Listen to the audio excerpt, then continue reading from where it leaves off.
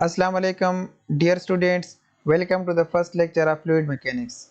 In this lecture, we will discuss about that what is fluid mechanics and what is the application of fluid mechanics in civil engineering and why we study this subject in fourth semester of civil engineering. Okay. After that, we will also discuss about that what is advanced fluid mechanics. Advanced fluid mechanics mean that this is the advanced form of fluid mechanics. Okay.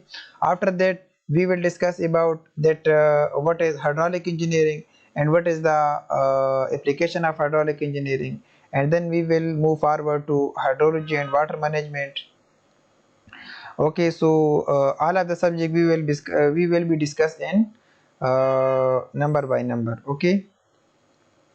सो इससे पहले जो लोग मेरे channel पर नए आए हैं या जिन्होंने मेरा चैनल सब्सक्राइब किया है तो काइंडली आप पहले मेरी वीडियो को लाइक करें और चैनल को सब्सक्राइब करें ताकि मेरी वीडियो जो है वो सबसे पहले आप देख सकें। ठीक है।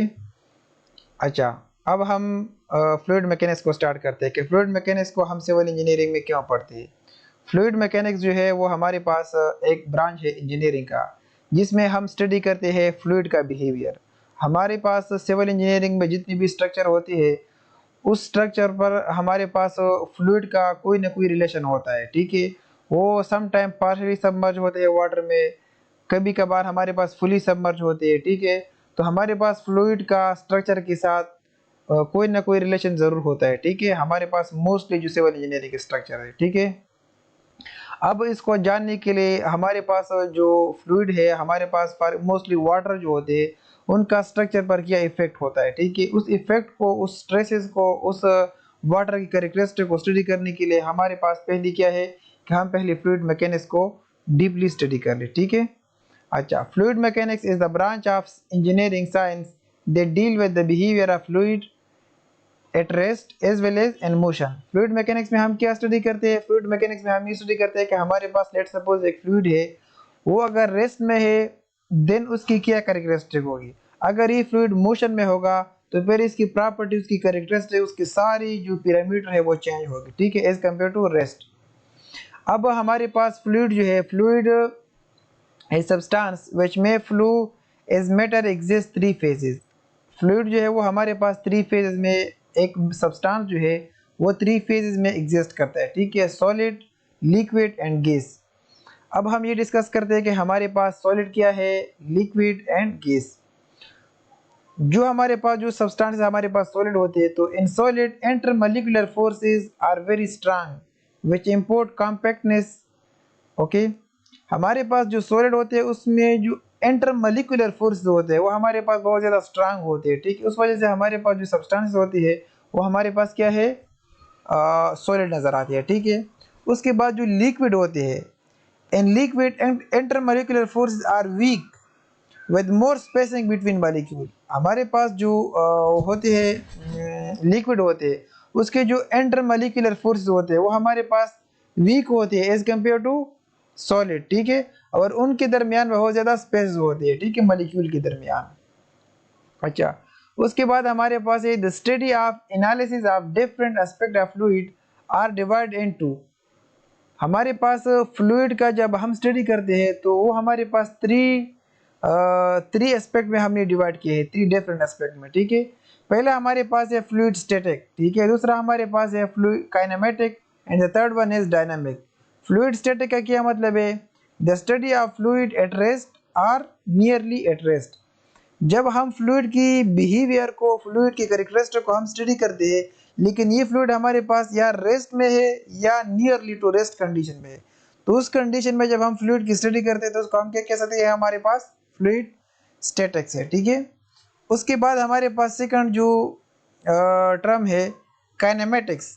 It deal with the velocity streamline without considering forces and energy.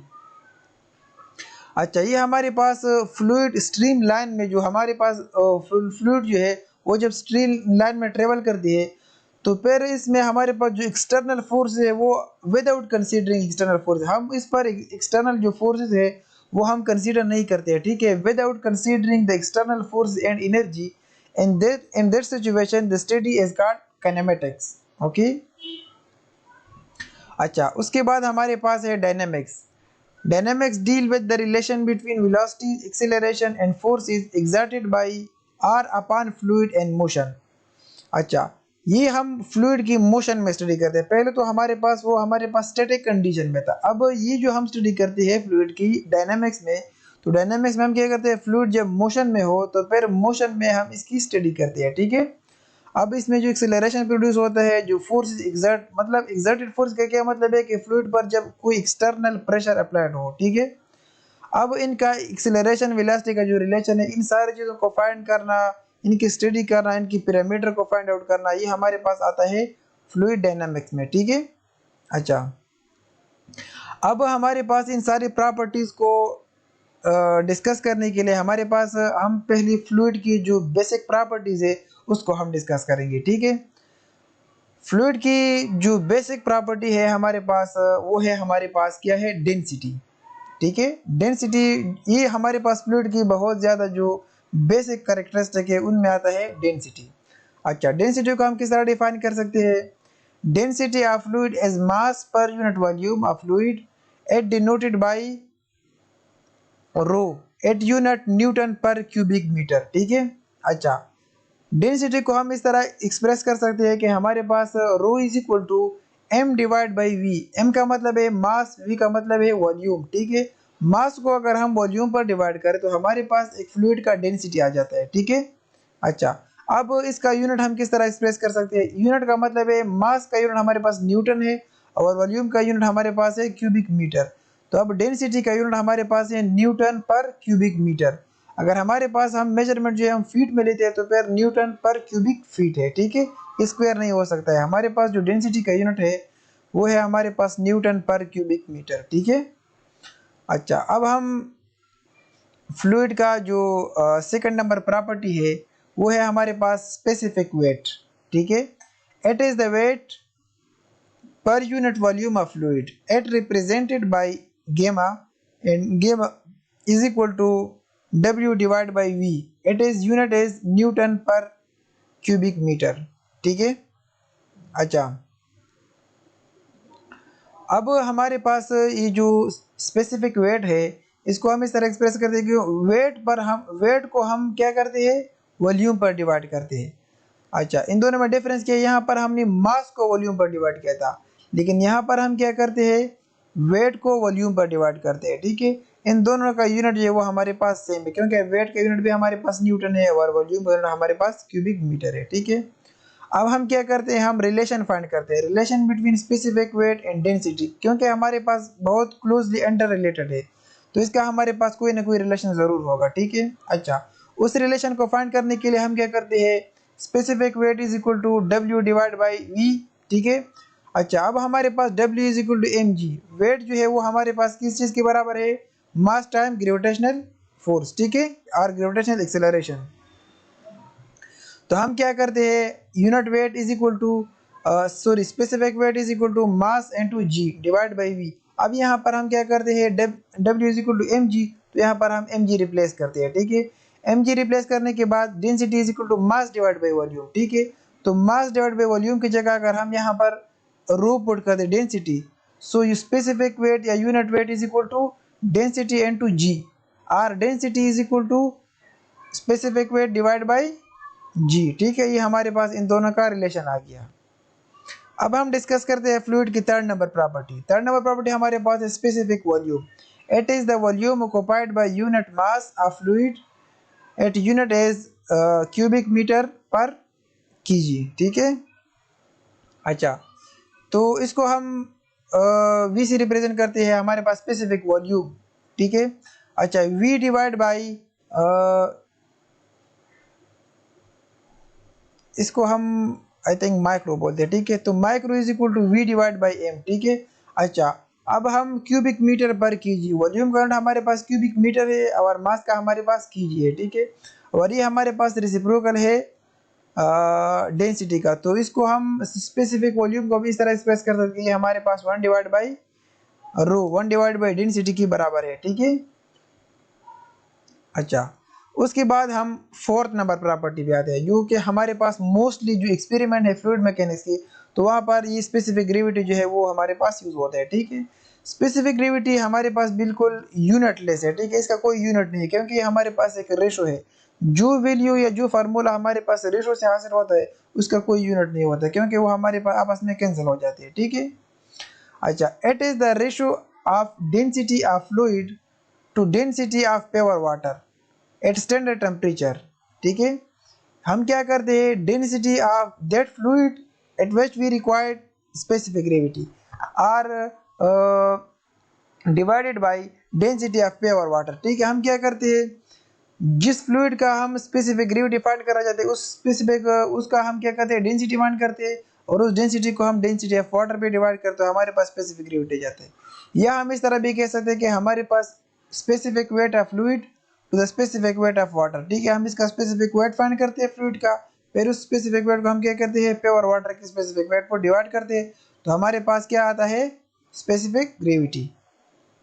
अच्छा, अब हम प्रॉब्लम की तरफ आते हैं कि इस पर हम प्रॉब्लम किस तरह सॉल्व करते हैं, ठीक है। Problem number 1, the specific weight of the water at ordinary pressure and temperature is 9810 newton per cubic metre, ठीक है। हमारे पास स्पेसिफिक वेट गिवन है, the specific gravity of mercury is 13.55, compute the density of water, find the specific weight and density of mercury, ठीक है। हमारे पास specific weight of the water given है वो इतना है, और specific gravity of mercury given है, ठीक है। तो आपको आपसे जो रिक्वायर्ड है वो ये है कि compute the density of water, water की डेंसिटी फाइंड करना है, और उसके साथ साथ find the specific weight and density of mercury, ठीक है। अच्छा, पहले हमारे पास जो जितनी भी हमारे पास फ्लूइड मैकेनिक्स या जितनी भी सिविल इंजीनियर रिलेटेड जो न्यूमेरिकल होते हैं, तो पहले उसमें ये रिक्वायर्ड होती है कि आपने गिवन डेटा को फाइंड आउट करना है कि इस क्वेश्चन में कौन सा डेटा गिवन है और कौन सा डेटा जो है वो रिक्वायर्ड है, ठीक है। तो हमारे पास गिवन डेटा जो है वो specific weight of water given है 9810 newton per cubic metre, and specific gravity of mercury जो है, ठीक है, specific gravity of mercury given है वो 13.55 है। जैसा कि मैंने पहले एक्सप्लेन किया है कि स्पेसिफिक ग्रेविटी का कोई यूनिट नहीं होता है, ये हमारे पास एक रेशो है। अच्छा, अब रिक्वायर्ड डेटा क्या है, डेंसिटी ऑफ वाटर रिक्वायर्ड है, specific weight of mercury required है, डेंसिटी ऑफ मर्करी जो है वो रिक्वायर्ड है, ठीक है।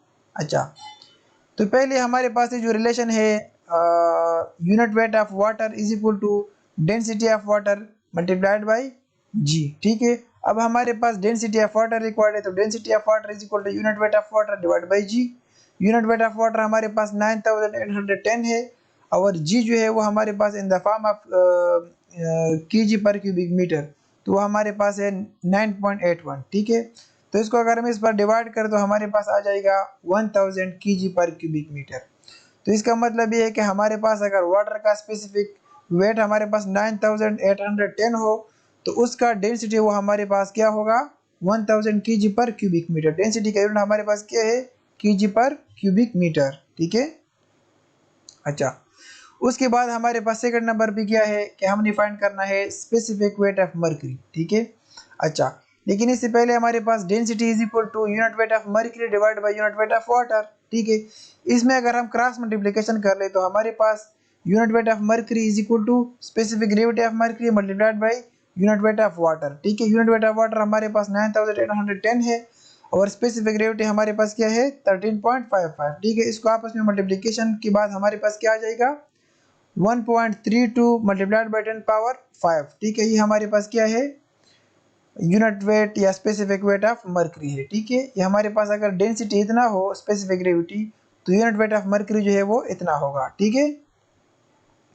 अच्छा, थर्ड पॉइंट हमारे पास क्या है, density of mercury. Density of mercury को हम किस तरह फाइंड करेंगे, specific gravity is equal to density of fluid divide by density of water.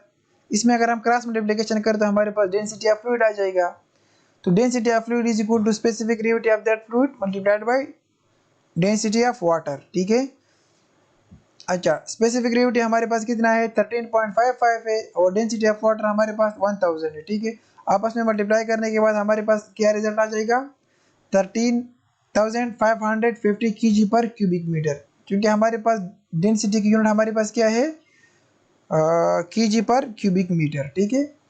तो ये था हमारे पास आज का लेक्चर। अगर कोई क्वेश्चन है तो कमेंट में पूछ सकते हैं। ठीक है, थैंक यू।